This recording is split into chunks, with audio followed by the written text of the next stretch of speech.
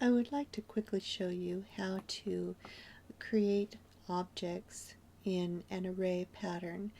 Some of you have architecture that requires that you have doorways or windows around a cylindrical shape as part of your architecture, and so I'd like to quickly demonstrate how you can work this very simple technique into your workflow. What I have is the arch that we created before along our path, and now I want to take this arch and use it as a doorway, several doorways around a cylindrical room.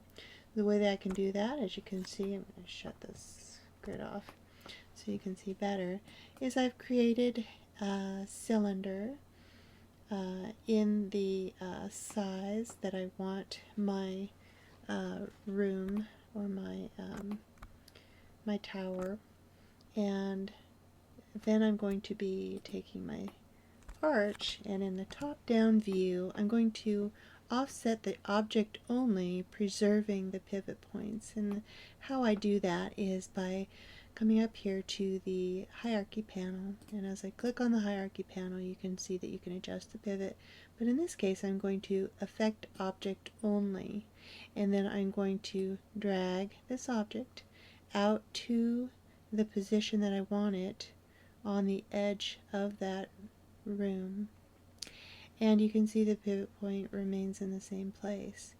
And I can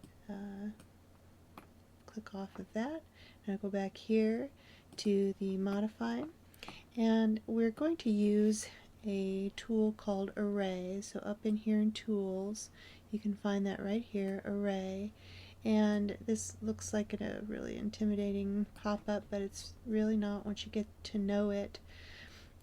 We will be working in the incremental transform area, and we're only interested in rotating this around this object.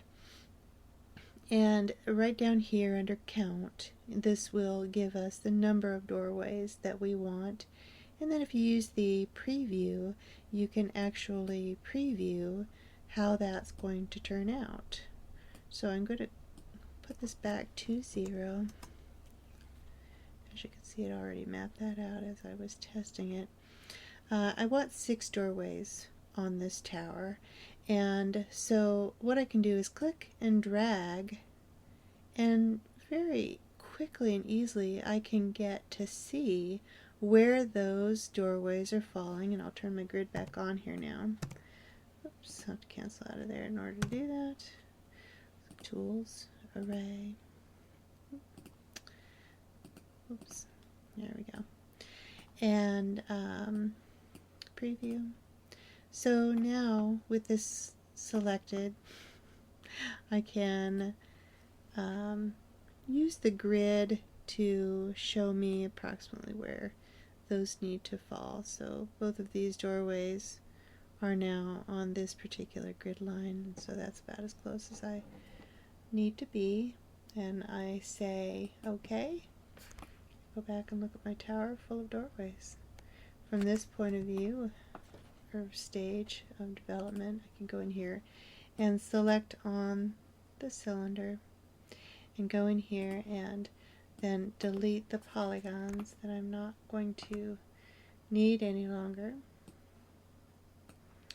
and grab the vert, move that up, and I can do this on each of these doorways. And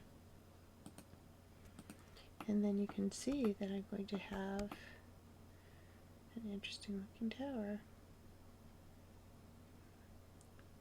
full of doorways. Okay.